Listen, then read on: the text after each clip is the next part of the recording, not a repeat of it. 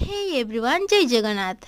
Welcome back to my another mini blog को। तो आज हूँ पंचुकर तृतीय दिन। तो सबुदिन सकाल पर आज उठी सारी पंचुक पूजा मुर्ज पकड़ा चली आसी। तो फास्ट ये मुझे जगन्नाथ बलभद्र सुभद्रा मुर्ज पकईदेली। तापर आ सब किसी जहाँ था भल भाव आंकीदेली।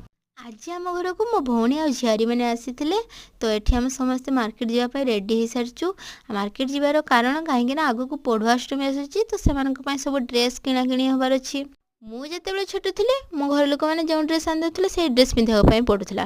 किंतु आजिकल पिला माने खास करके मो भौणीर दुईटा झील से पसंद चॉइस करके ड्रेस आने पिंधे ना पिंधे सेमती ड्रेसटा तो से मत शांति लेवाक पड़ा। तो से चॉइस करके जे जा ड्रेस बाछि नेले।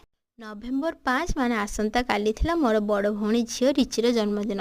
तो तापाई बाबा मार्केट गोटे चॉकलेट आनी। तो केते रिक्वेस्ट कला मत गोटे डेरी मिल्क टी मिलता। तो आजका ये